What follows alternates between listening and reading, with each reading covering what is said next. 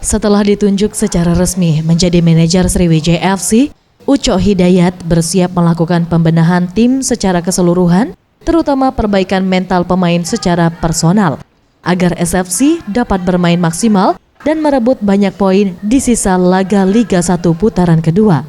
Ditemui usai memantau latihan para punggawa SFC di Stadion Bumi Sriwijaya, Ucok Hidayat, manajer SFC, mengungkapkan target di putaran kedua ini SFC harus berada di 10 besar. Hal ini tentunya tidak mudah.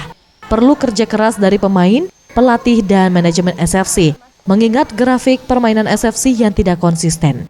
Dengan melakukan pendekatan secara personal, setidaknya dapat memberikan pemain rasa untuk memenangkan pertandingan di setiap laga dengan motivasi tinggi.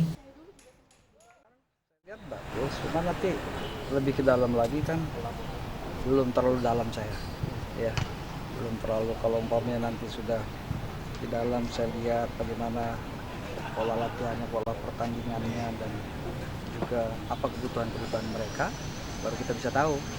Kalau sekarang saya belum bisa menilai langsung. Pihak manajemen berjanji akan memberikan bonus untuk setiap pertandingan yang dimenangkan demi mencapai target posisi 10 besar. Tim Liputan Sriwijaya TV.